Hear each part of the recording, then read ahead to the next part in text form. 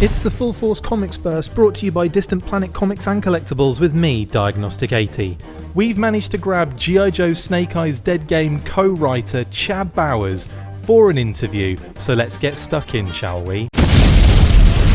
On this very special burst today, we have managed to grab an interview with a freelance comics writer famous for his work on numerous titles for companies such as Boom Studios, Dynamite, Image, Marvel and IDW, to name but a few. He's just finished work on G.I. Joe Snake Eyes Deadgame, although he's probably finished work on that a long time ago, with issue 1 dropping just yesterday at the time of this recording.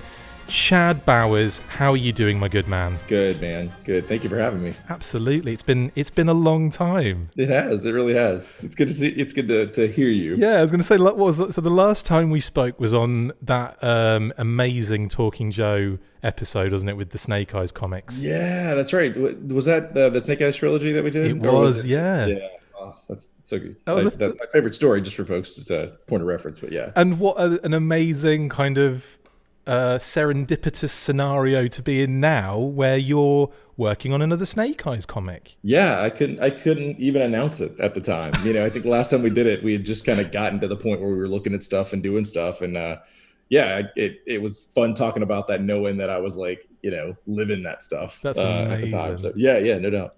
Amazing. And again, yeah, like a proper first meeting. We caught eyes across a crowded room. No, we were in Joe Fest, wasn't it? And we went out for dinner. Don't downplay it. That's how I remember it. No, you were dressed as.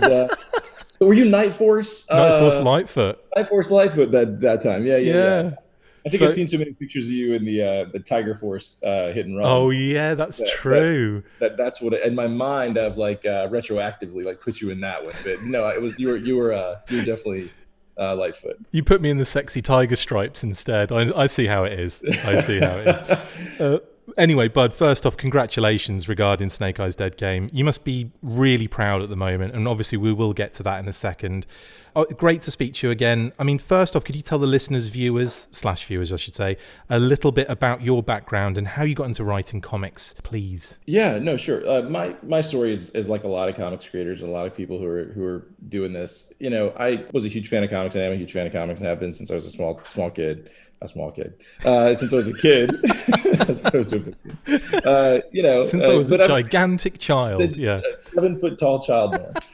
No, I've read comics all my life, and you know, that, you know, enjoyment and passion for, you know, I guess what you would call like a hobby, or like turned into sort of like a different type of like hobby or kind of side hustle. When I got into college, I worked at a comic book store, and was lucky enough to meet a lot of other people who were making comics, including a couple of professionals. Early on, I met like Stanford Green, Steve Epting, guys who were local. Cool. And had a you know, the real benefit of like having them there to kind of look over my stuff. At the time, I really wanted to be an artist, but that quickly became kind of out of reach because it just wasn't going to happen while I was in school and while I was working full time and all these other things. So I started writing comics, and Rob said something similar to this earlier this week in another interview, that Rob Liefeld, the writer and story. Never heard of him, mate. Never heard of the guy.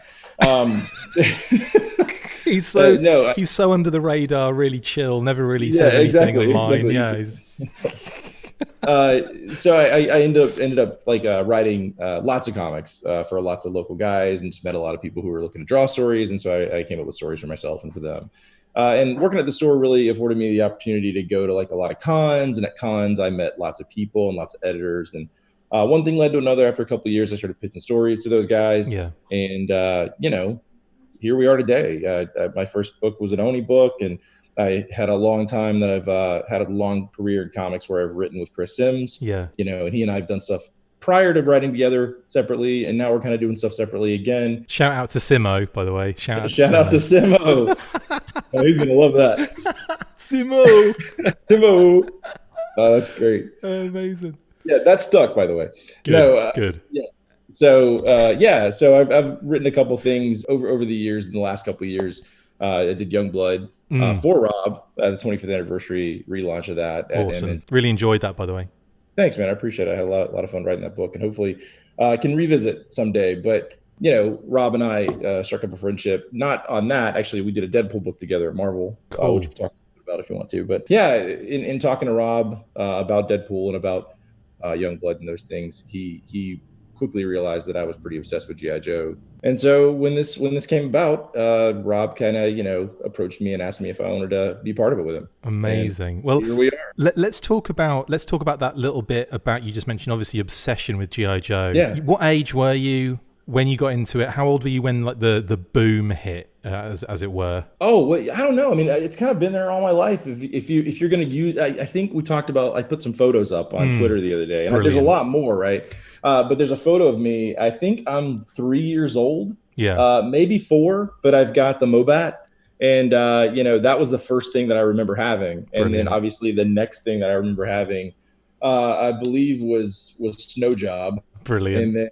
And then from there, it just kind of like, spirals. Daycare was where I spent a lot of my days when I was probably, age 5 to like probably 10. And, I remember taking these giant book bags full of GI Joes and just dumping them out on the playground with everybody. And, we would go around in circles and pick, and, huge memories of that. And, the animated series obviously was kind of every day for me after school. And so, I would obviously play along with the show when I had the figures. And then it kind of spilled over into the comics probably when I was I don't know, 9, 10 years old. Yeah. I like to think that my first issue, and I may be getting the issue number wrong on this, but I think it's 57. It's the one that's got Outback and Tunnel Rat on the cover. And there is it the Slam? What's the Slam Dance in the cyber cars? Yeah. No, it's not that one. What's the vehicle called? Right. Yes, you're right. With the four legs that stick out. It's a 4-cannon sitting job. Yeah, that's a Slam. Yeah, the Slam. Yeah, so it's the Slam, and I think Raptor's in that issue too. And I was hooked. I mean, I had a lot of like. There's a commercial for that issue, isn't there? I know. That's what I saw. Yeah, exactly. Yeah, and I can tell you exactly where I was when I bought that too. But no, the Pogo's in it, right? I want to say. Oh man, Cobra's got a Pogo and it's hopping mad, right? And that would have changed the movie intro completely, wouldn't it? Having just them flapping about around bouncing around the Statue of Liberty. Oh man, I love that vehicle, by the way. Yeah, you're right. Maybe it is the Pogo on the cover of that too. But anyway, I just remember because I had Tunnel Rat, and so that was a really cool issue. Who was the one? What was the one figure when you were a kid though that was like the figure? Like out of all of the figures you had with Joe, what was the one that you gravitated to every time? What a great question. It's a horrible question, because if someone asked me that, I'd be like, mate, there are so many. Don't even start. Yeah, it changes so much. I know it was Night Force Lightfoot. And it was Tiger Force Hit and Run. I know it was those two figures that you loved so much. Of course. Yeah. It's funny. Spearhead and Max were big too for me. I really liked that figure a lot, and I really liked his giant gun, which was like 6 times bigger than him, and it had the bayonet on it, and he had the sort of like the knife as well. The knife, it looked like a slice of pineapple on a handle. It was weird. Like he's really specific figure for like, but because he doesn't really, none of his stuff sort of goes along with what his like specialty is. No, not that that's like anything that you don't see anywhere else, but. He was good. A Tunnel Rat was a big one for me. Tunnel Rat was a big one because Tunnel Rat's such a good every man kind of figure. You know what I mean? Big time. Gun. He's got a great look. Personality in the cartoon as well, like the movie at least. That's right. Yeah. He's great. Big fan of Falcon. Really like Falcon. So the 87 Joes are a big one for me because I was about 7 or 8 years old around the time, and that was a big year for me too. Yeah. Prior to that, I was a big fan of Flint, but I never had a Lady J, so like I never felt like my Flint was complete. Quite complete. You know. You see, obviously Flint and Jay were huge characters in the UK in the Action Force comics. Absolutely, yeah. Flint, I loved. I had Flint, and you're same. Didn't have Lady J until I went around a mate's house in it was in almost in college, I think. And I remember he pulled out this box of all his old Joes, and I'm like, oh my God. And he was like, you can have them. I'm like, okay. What? I know. It wasn't a massive box, but it had a Lady J in there. And I'm like, okay, well, yes, I'll take this entire box. Thank you very much. Of course. In any case, Chad, I should really be questioning you about things like Deadgame and stuff, but I'm having too much fun talking about. This is right. Yeah, I came for the toy discussion. Comics, whatever. Okay, so you've been in the comics industry for a little while. What was your first G.I. Joe gig, and how, just tell me how excited were you to work on it as well? Well, as far as story goes, Deadgame's really the first story that I've been involved in, right? Right. Beyond that, or before that, I wrote a couple of essays that appeared in Michel Fife's Sierra Muerte. Sierra Muerte, yeah. Yeah, so I did one that was called the You Can't Get There From Here. It was like Yeah. it's fictional geography of G.I. Joe, which was a lot of fun to write, and I got to interview some really cool people for that one. And then after that, I did a basic retrospective of Snake Eyes. The history of the character in the comics. Which again was nice, sort of like research for what we're doing now, without even knowing it. Exactly. Not that I mean, I kind of knew all that stuff. I was going to say, you don't need to research this stuff. No, I just had to like get dates and issues. It just sounds really professional, doesn't it? That you research. It does. Before that, though, it's funny. I actually used to be the G.I. Joe review guy for Multiversity Comics. Yeah.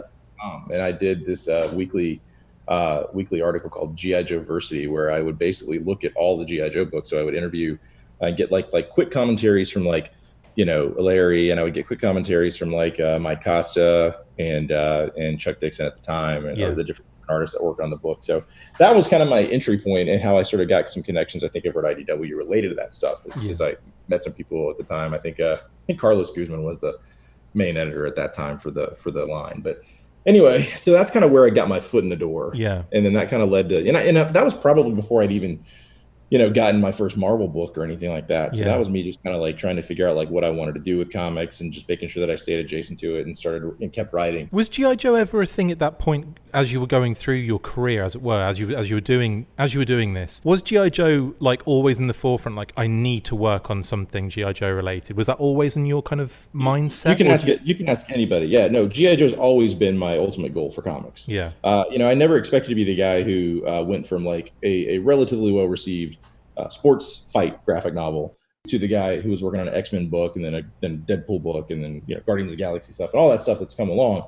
Every time that I've gotten another property that I think is a little bit of a noteworthy property, like on my resume, you can guarantee that as soon as I get the green light for that property, there's a corresponding email to somebody at IDW going like, "Hey, listen, like this is coming out. Any way that we can kind of do anything after this?" Anytime that I felt like it makes me sound like such a asshole, but like anytime that like my profile sort of like popped up on somebody's like a radar, I would try to like turn that into a G.I. Joe gig. There's nothing wrong with that. That's the way it's done, right? That's how you do things. Yeah, totally. But yeah, like there's an issue of funny enough, mentioning Chuck Dixon a minute ago. There's an issue of Nightwing where are you a Nightwing fan by any chance? Well, I'm not a massive fan of it. I'm aware. I've read the odd piece here and there. Yeah. So it's a Chuck Dixon, Scott McDaniel drawn issue. It's early on in the run, and it's Nightwing, and this is so funny.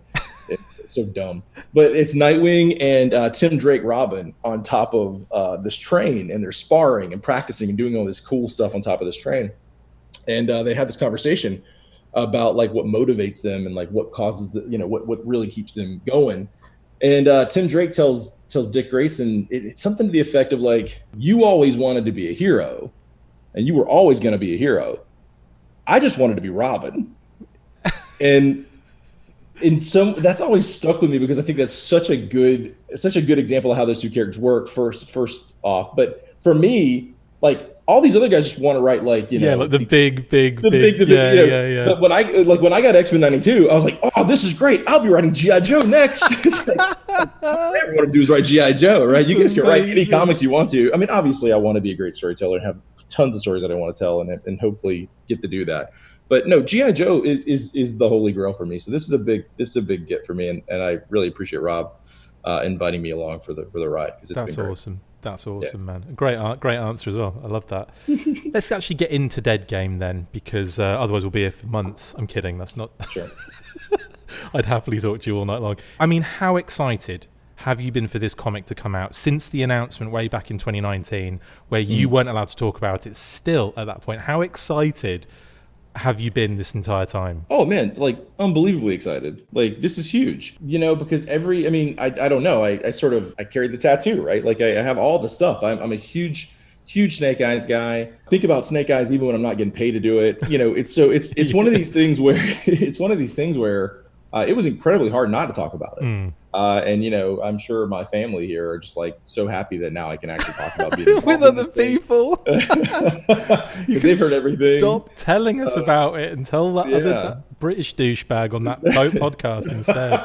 So yeah. I mean, there's no other way to describe it other than just like this is kind of one of those dream come true moments where Yeah. you really work hard, you get there, and you do your best and hope people enjoy it. And thankfully, it sounds like people have. So Yeah. no, I'm over the moon. It's great. It's a great moment. Quick review from my side, and we will be doing a comics burst about this obviously next week, I believe.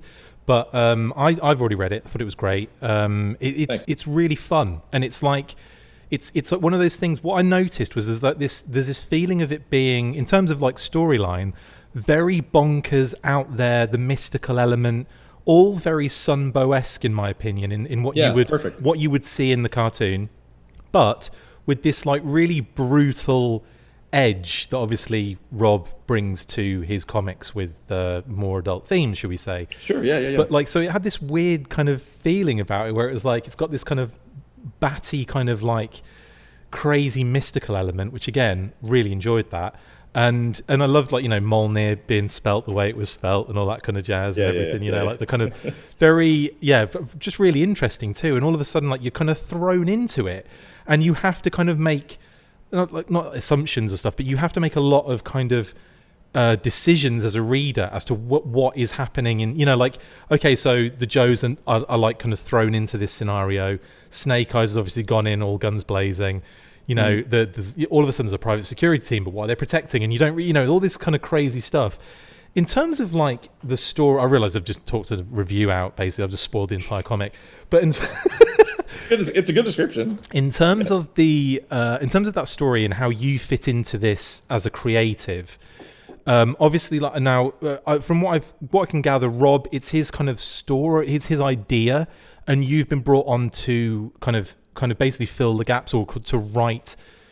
Take us through what your particular situation is with the actual book. Yeah, sure. I mean, this is definitely Rob. This is definitely a book that IDW came to Rob for before I was ever attached. Obviously, Rob and I, like I said earlier, we've known each other for a while now. Yeah. I consider each other friends, and have worked on plenty of things together before. But no, this is fully IDW coming to Rob. Hey, we want you to do something G.I. Joe.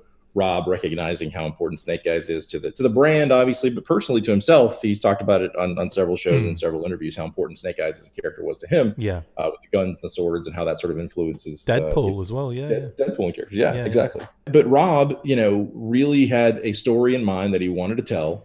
And Rob has said multiple times that this is Snake Eyes in a Rob Liefeld story, not Rob Liefeld telling a G.I. Joe story. Right. And so that being the case, I feel like when Rob kind of came to that decision, he also wanted to make sure that it was still a G.I. Joe story. And so that's where I come in. Right. Rob knows that I love love G.I. Joe, that I love the characters, that I love Snake Eyes, and that I have a pretty decent knowledge of the background of those things, and we've worked well together. So I like to, we never really sat down and talked about why and how and those kind of things, but I do like to think that he brought me in because he knew that I would, make things really like gel and come together and hit those beats that make it both a Rob Liefeld story and a very distinctive G.I. Joe story. Absolutely. And you brought up some of the things earlier that I really try to like put in there, which I'm glad that it comes across in the story. My personal version of G.I. Joe is somewhere between, Hama's comics and the Sunbow stuff. Like, sure. It's hard for me to, beyond the continuity differences in the show, and then Scarlet with Duke or Scarlet with Snake Eyes, or all the stuff that you can kind of go to that says this is what separates those two continuities or those two universes or whatever you want to call it. Beyond those two things, I think thematically they share a lot more than they don't. Absolutely, yeah. And so when Rob told me some of the things he wanted to do, I mean, a story with a Norse thunder god in it, right, with a bunch of mythical weapons and magic weapons and characters who've been asleep for 1,200 years and those kind of things. Those things fit right in with Sunbow. Oh, 100%, yeah. But they don't necessarily shut out the real American hero fans. True. Or any of the fans of the other stuff, because there's plenty of mysticism and there's plenty of like weird stuff in those stories. I mean, who can forget the giant eyeball on the bottom of the pit, right? Like, I mean, there's plenty of stuff in those books. There's plenty of stuff in all those books, even the stuff that I think people want to go to and use as an example of being a really grounded military story. There's plenty of stuff. There's plenty of robots. There's plenty of, ninjas. There's plenty of like cloning. There's all kinds of stuff. Twin brothers who feel each other's pain. There's lots of stuff that works. So while on the surface, some of it may seem a little out of place in G.I. Joe, it never felt out of place to me. Yeah. Simply because it's all, as long as the characters are true to who they are, and as long as they react properly to those things, I feel like it's a perfectly, it fits in with any continuity that you want it to fit into, really. How did the overall story kind of develop for you as a creative? Like, take us through your process, for example. Like, I mean, for one, you probably had to approach this slightly different than, say, like a normal story where you would, like, write out everything panel by panel. But I mean, take us through your kind of creative process through getting this story out, for this particular issue. Well, sure. If you're familiar with like the Marvel method of creating comics, right? For those that might not be familiar with it, it's certainly a way. It's a plot first method where typically a writer will come up with a plot, present it to a very capable artist, and that artist will take it and turn it into a 22, 25, however many page story. And then that story comes back to the writer, and then the writer goes in and adds dialogue, adds captions, adds narration, adds whatever it takes to sort of make sure that story connects from the beginning to the end and works well. Oftentimes that stuff comes back with stuff that the writer had not even put into the plot. In this particular case, I'm kind of closer to the last guy in the rung. Like if Rob's the first two guys, I would be the last guy, right? And that's how it's working, Rob's throwing everything he can at it, and I get it, and I'm overjoyed when I get these pages because they're just like full of action and full of cool stuff. And my job is just to make it feel like a G.I. Joe comic and make it sound like a G.I. Joe comic and read like a G.I. Joe comic. So what I do is, I go to stuff that I like. I try to immerse myself in stuff that's going to help me feel like I'm there with those characters. Do you dress up as the characters and then play out everything? No, but I want to talk to you about that later. Okay, I want to learn from the master.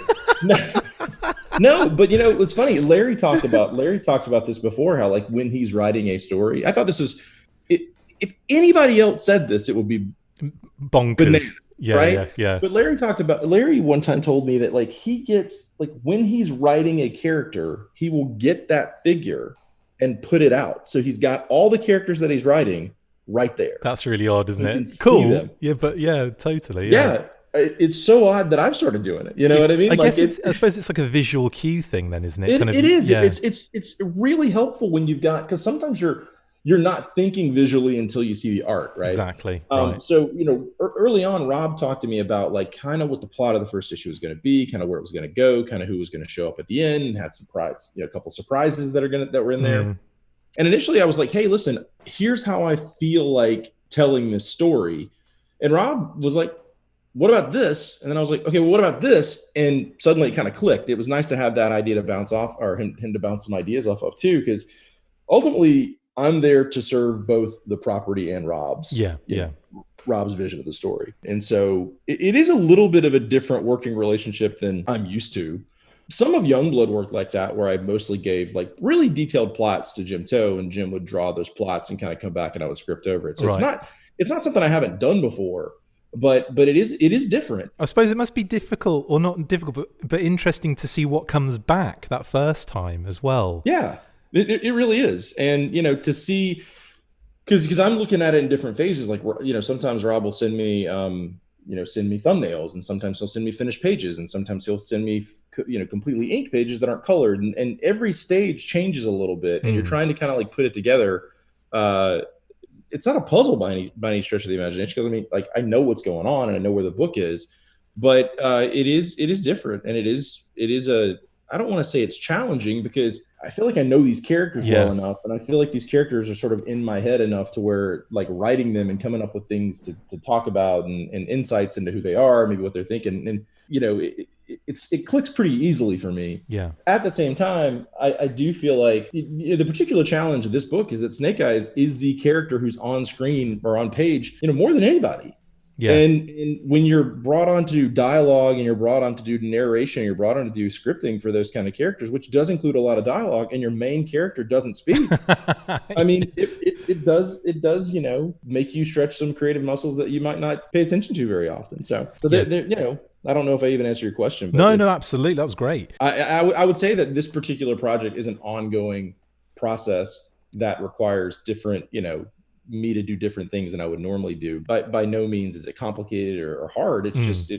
It's really fun, honestly. And I was going to say, it sounds really interesting as well. Yeah. Like, because again, I'm always really interested in the actual creative process with other creative people. I really enjoy like hearing, how you go about doing it and stuff like that. I know it's not necessarily the most glamorous part of the interview necessarily, but I also like hearing about, like, how do you do you get in the zone for this kind of stuff? Is it one of those things where you write or you feel like your ideas come out a little bit better at certain times of like the day? I mean, how do you go about this? Is it one of those things where you go, right, I'm putting aside this amount of time to do something, or are you the more like, I'm just going to let it hit me when it hits me kind of? Yeah, I never stop thinking about it. So I'm kind of always writing, even if I'm not in front of like a computer or in front of a keyboard or something like that. I've got tons of notebooks scattered around in my car, in different rooms of the house. I do have like a dedicated GI Joe notebook where I keep like all my GI Joe stuff. I would love to see that. I would love to. It's pretty well. I'll text you some pictures. Thank you. We'll actually come to something later in the interview that kind of relates to this as well. Oh, okay, cool. But yeah, I'm never not thinking about whatever project that I'm working on. And then, GI Joe as a whole really is something I think about quite a bit anyway. So this is not really that different than my normal everyday life. It's just right now I have a little more focus to it because now I'm thinking specifically about Snake Eyes, Scarlet, Roadblock, Joe Colton. No spoilers, but characters that are in this story specifically. Yeah, it's been days, mate. This will go out a bit later. Don't worry. Good. Joe Colton's anybody. That's right. But it's a little more focused maybe than it normally is. But I would say I feel like most creators and most writers and most artists are going to be guys who are thinking about stuff even when they're not doing the thing. Yeah. That's part of it. I'm sure you do the same thing with your projects and stuff too. So yes, yeah. I'm just really interested in hearing about that kind of stuff. Honestly, no, I mean, I think I spark creatively for whatever reason. I think I spark better real early in the morning. Yeah, same. I'm one of these guys who pops up at like 4:30, and like rushes to jot something down or sits down and writes, and and I tend to do a little bit of like the sitting down in front of the keyboard to actually get it done. I tend to procrastinate more on that stuff. So much, yeah.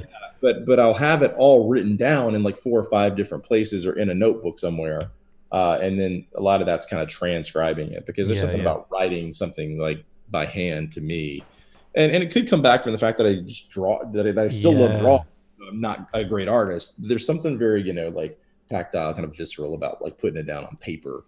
And then that's really interesting to me as well. Because I was going to ask you if you did like the handwritten thing or if you did like the the kind of at the laptop kind of scenario. But that's really cool. That's really cool. Yeah. You're so old school. I don't know where that comes from, but yeah, I know exactly. But it's like it's true. Honestly, though, like notepad here, notepad right underneath that notepad, a notepad over there. I know what you're saying, man. I feel it. If I could turn in, like legal pads. If I could turn in scripts on legal pad, I totally would.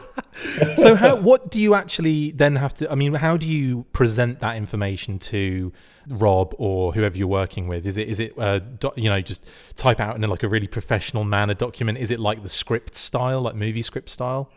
Well, when I write full script for a comic, it's a lot closer to movie script than this particular story is. So I'll write like a full script that is very detailed as far as like pages and panels and dialogue in those panels and that kind of thing. What I'll typically do is do a pretty formal script, and then that'll be my first draft, and then I'll go back in and try to take out any extraneous stuff that like an artist really doesn't need to know. And little things that I try to do will be to try to make sure that every page fits on one page of a script if you print it off. Little things that you learned over time to kind of make things easier, but sometimes it's gonna sometimes you have to break those rules. This particular with Deadgame, I just do a dialogue script. So basically what I do is I just like, once I kind of get an idea what's going on, I'll usually just like text Rob, hey, this page, this is kind of what I'm thinking. And so Rob will get like this giant text for me that's effectively like 2 pages of script. And we'll kind of, and I'll usually just get back like a thumbs up or something, easy. It's like, I probably catch him at the most inopportune times with these giant things. So. But from there, I'll get like, okay, he's feeling this. This looks good, and then I'll kind of go in and I'll just do like, I'll do obviously no descriptions on these pages because what I'm getting back are finished pages. Sure. So I'll go back in and just do page 1, panel 1, just the script for Snake Eyes or just the narration or just, and that's it. It's Interesting. they're pretty bare bones Yeah. based on what you would normally look at when you see like a comic script or a film or television script. They're That's much really more cool, just man. That's really they're cool. just dialogue. Yeah. Thank you for that. I don't know why that's been bugging me as a question for ages. Like I've always wanted to know like what it looks like going to, going through the process, but that's awesome. Okay, so in terms of like, okay, so I know Rob again was kind of like he was leading the story in a sense, and he wanted certain characters in there.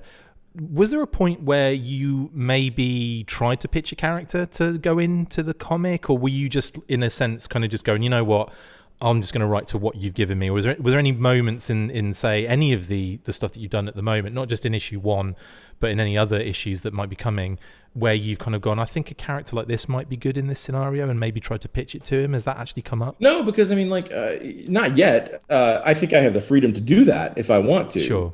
And I'm sure he'd be open to that. But I like what he's doing enough to where I'm, the unique position that I'm in is I get this story just a little bit before you guys do, Right, like 45 days before you guys do, I get the story. And so I'm enjoying it in that way. Cause in a lot of ways, I feel like Rob's kind of telling me the story. Sure. And then I filter it, Yeah. So no, I like who he's using. I feel like this is I have to sometimes, bite my tongue a little bit. Cause as open as I know he is to it, and I'm sure he would probably be very cool with suggestions. Sure. But this is a Snake Eyes story. Sure.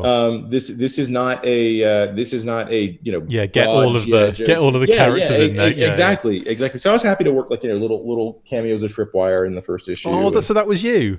Yeah, and those kind of that's what I'm getting at, man. That's really cool. Yeah. That's really cool. But I think there are opportunities where he lets me play around with stuff like that for sure.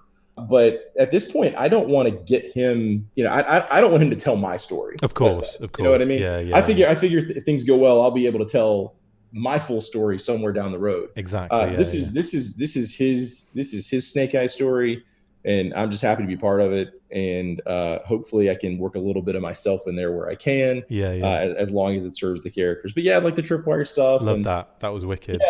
Yeah, and little things that I like about G.I. Joe that I think fans like us really dig, or like the technical captions that Larry puts in there. So I try to work a couple of those in there that are little nods to things. We've talked about that on the Talking Joe a lot as well, haven't we? The amazing military diatribes he goes on, which are just incredible. And so little things like that, which I think he's very cool because he's very encouraging about those things as well. So, but as far as like driving the story, there's not really anybody I would put in this story that I don't think he's already planning on putting in here. But I do think it's safe to say that we'll probably see another couple of Joes show up throughout. But I think our core team by the end of that first issue is kind of who they are. Awesome. Well, who you see on that last page? Well, like I said, I've read it. Really enjoyed that first issue. Again, like really fun romp kind of through this kind of, again, like it almost feels like a new G.I. Joe continuity in a sense. Like it feels like its own thing in a way, doesn't it? Like it already has its own life. Yeah. I told somebody online the other night, we were talking about it, and I was like, look, if you squint hard enough, it'll fit into just about any continuity you want it to, except for Sigma 6. But no, I think that like any continuity can be served by that particular team. It doesn't really contradict anything that's in Larry's books. It doesn't really contradict anything that's in the core IDW continuity. Yeah. Obviously something like Paul's book and Chris's book that they're doing now, which I think is a great book. Beautiful, amazing book. I really think the world of Paul. He's an amazing storyteller. Agreed. And Chris is the book, and the colors is a beautiful book. Oh, it's insane, isn't it? It's just it's been so really. I know we should be talking about. Well, obviously quickly, but yeah, it's just one of those things that's really intrigued me from the start, and every issue has just been like. So like I just find myself falling into that universe as I read it, and then I'm like, it's like I wake up when I finish it. I'm like, where am I? Kind of thing. That was insane. You just want to know what's happening just on the outside of every panel. Yes, it's just that world is so rich, big time. I really admire. I'm incredibly he and I talk, and I'm incredibly jealous of that book, and I think he knows it. He's a phenomenal storyteller, and just like we're talking about Larry's book, I think their book deserves. a ton of recognition too. Yeah, totally. There's a lot of good stuff at the moment for GI Joe fans. I'm telling you really that. is, man. It's like a GI Joe renaissance. It's great. Like I hate, sorry, I don't know if I can. I don't know. You can swear as much as you like. I will just literally beep it out. No, it's great. But I mean, we've got 2 figure lines, right? Yep. Two lines. We've got, I mean, I thought we couldn't get better than the Snake Eyes Storm Shadow sneakers, man. Oh hell yeah! And here we are. With a 6-inch toy line. Oh my god, the classified line is classifieds. It's like real. Yeah, we got a movie coming out. We got really three titles coming out right now. I mean, come on, it's a great time to be a GI Joe fan. It really is. Absolutely. It really is. Really is. And we should not take that for granted at all. You must be proud that in this kind of, like you say, like this kind of renaissance that it's in. You must be really proud to be part of that lexicon of GI Joe at the moment. As much as I've really, really wanted to be a GI Joe guy, be involved in storytelling in GI Joe for as long as I have, I don't think there is a better time for me to be part of it than right now. Yeah. I mean, it really, really is an honor, and I can't be grateful enough at this point. This is a great time to be involved with this franchise's property and these characters. In that case, can we try and get this amazing pitch that you did a while back? Can we bring this up? Because this is something I've wanted to talk to you about this ever since. We've had a little, messages back and forth about it. I remember you sending me some of the materials to show me, and I was kind of like, are you effing serious? This is like everything I want in a comic, like it's something, funny enough, it's something I could see happening in Paul's book. I could see this kind of thing happening where he got like a character like this and reinvented them slightly. But let's get into the details. Now, you had a pitch that isn't necessarily not happening or is happening at the moment. It's in limbo, right? It's just kind of in limbo at the moment. Yeah, I don't know what's going to happen with it, because while we were talking to some guys, we were talking a little bit about it. I don't want to be the guy who's like, oh, this thing almost happened, but no. But the Snake Eyes thing kind of happened while I was actively trying to pitch this and kind of conceiving it and coming up with ideas and talking to the artist and Scott Kowalczyk, who I'm sure we'll talk about in a moment. Yes. About stuff. So this thing is I would just say it's on the back burner, on hold, but it is what I would call like a passion project, something I definitely want to do. And for the listeners, viewers, guys, this is a Hector Ramirez centered story, right? So, but if you like, Hector Ramirez obviously ties a lot of the Sunbow universe together, G.I. Joe, Gem, Inhumanoids, etc. He was in all of those cartoons, Transformers as well. And in this pitch, you reinvented him as a military war correspondent. Mm-hmm. And he was kind of fell into this secret war between what would be in reality a government, black operations kind of under the radar team like G.I. Joe and this criminal organization, Cobra. And that I just thought was such a cool idea, but it wasn't even. I mean, the story was what you sent me was really interesting. Could you tell us a little bit more about that? Well, I think the heart of it comes from seeing guys like Ed Piskor really, really succeed with X-Men Grand Design, and thinking about how that takes sort of that singular voice of Chris Claremont's X-Men and sort of contextualizes it all in this one kind of story, as if it wasn't being created over a 17-year window and people kind of changing with the times. But here's this story that sort of looks like it was always meant to be this way. Sure. So my thought about that, I'd always kind of wanted to do a sort of Marvel Age is. Marvel Age was, or Marvel Saga. I'm sorry. Marvel Saga was this Marvel book that basically took clips and panels from Marvel Comics and then wrote a story about it. This grand design story, right? Of course, thank God for Ed for coining that term, but. So my thought, and I'd really been thinking about this when I was doing Youngblood, to do something that was kind of an extreme take on that. Before he even did Grand Design, this was something that I was kind of thinking about, how to show how all this stuff was built around each other. I'm going way off here, so it's fine, man. You go for it. But in Youngblood, something that I never quite got to, and really I should say for the Extreme universe, I got to the idea of this thing called the Supreme Code, which was the idea that the character Supreme was kind of the linchpin of the Extreme universe in some ways, and by removing him, things kind of toppled, and so you were going to tell the story of the Extreme universe through Supreme, Right. and there was like all these glyphs and all these crazy things. Again, another notebook where all these things were going to be used, and so but I was also thinking about GI Joe like that for a while too. Yeah. And then when Grand Design came along, I was like, man, this is kind of the perfect formula. Not that it's a formula, but I guess it's a brand now, because I guess Tom Scioli did the Fantastic Four Grand Design book too. Yeah. But I thought about like, how could I do that and incorporate all of Larry's stuff and some of the stuff from Sunbow and some of the stuff from things like Resolute and some of the stuff from the movies, like all this stuff that paints this like beautiful tapestry that all kind of works together as one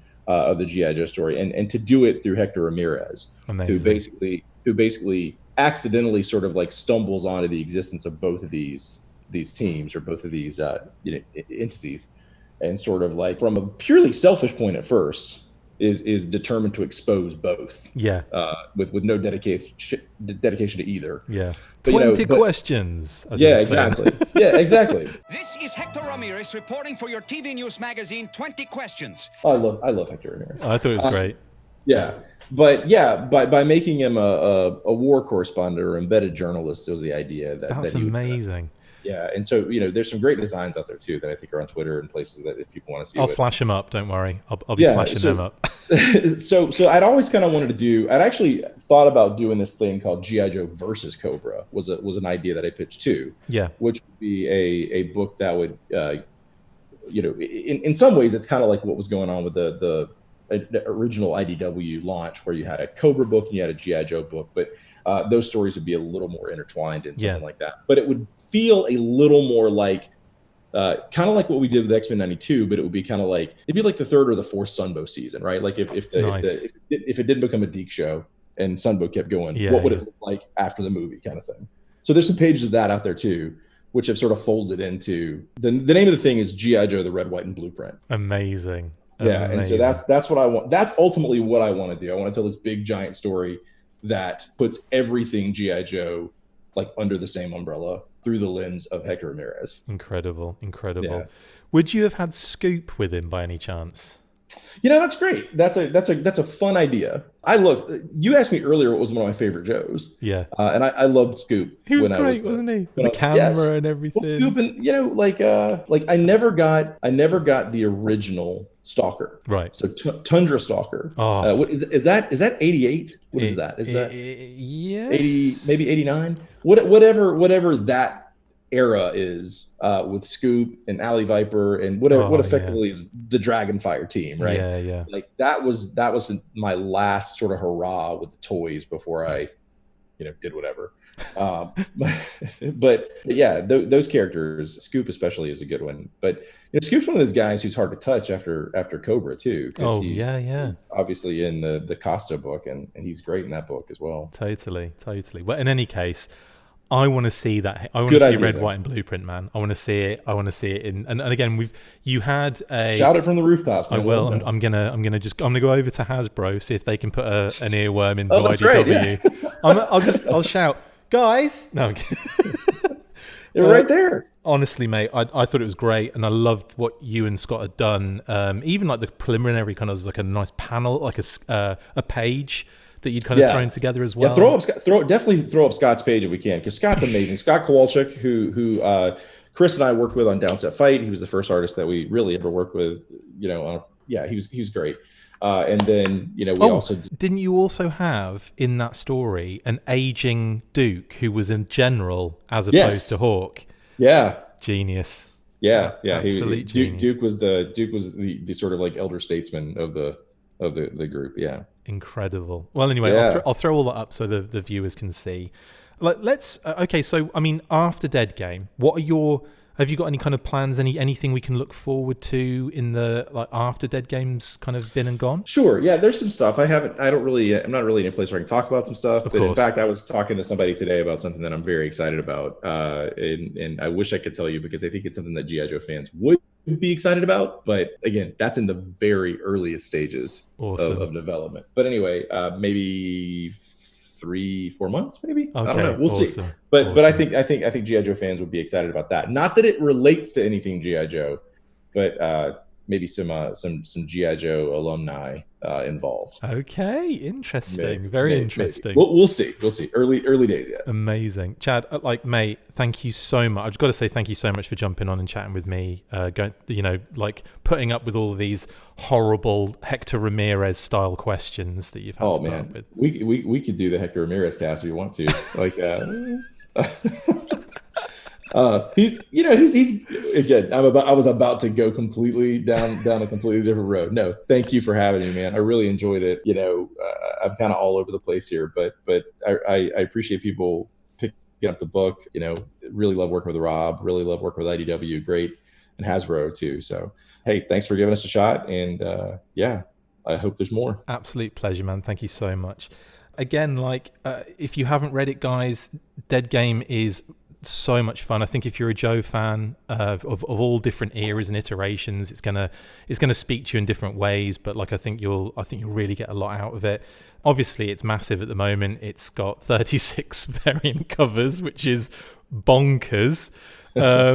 I've only got the one, unfortunately, but I'll start. Which one did you get? I gotta know. I got the cover A, the standard cover A. The one where he's doing his leap forward. Yeah, but that to be honest is more down to whatever the comic store has for my pull a lot of the time. I'll if I see any more knocking about, there's a really cool SDCC, a variant IDW are putting on the SDCC shop.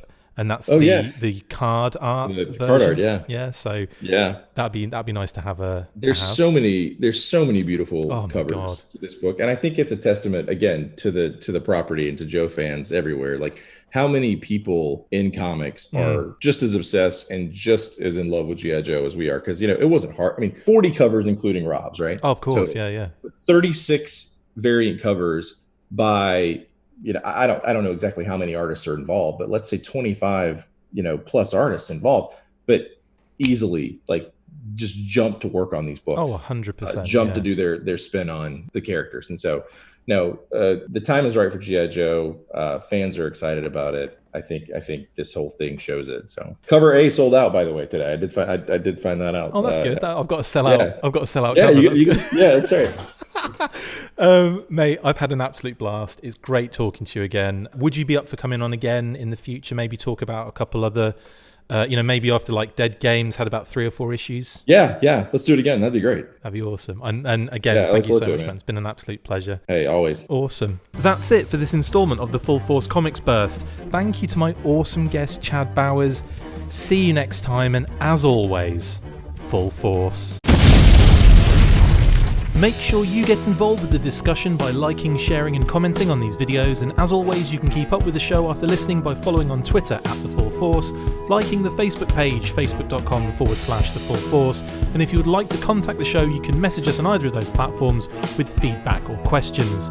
We have also started a Patreon page, so if you want to see your name up in lights on these videos or enjoy exclusive bonus content, then check out patreon.com/TheFullForce podcast or click the link on any of the posts this podcast appears in.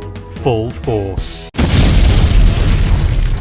And a big shout out to our sponsors, Distant Planet Comics and Collectibles, located at 601 Business Loop 70 West Suite 263, located in the Parkade Center, Columbia, Missouri. You can visit their website at distantplanetcomics.com and on Facebook at facebook.com/distantplanetcomics.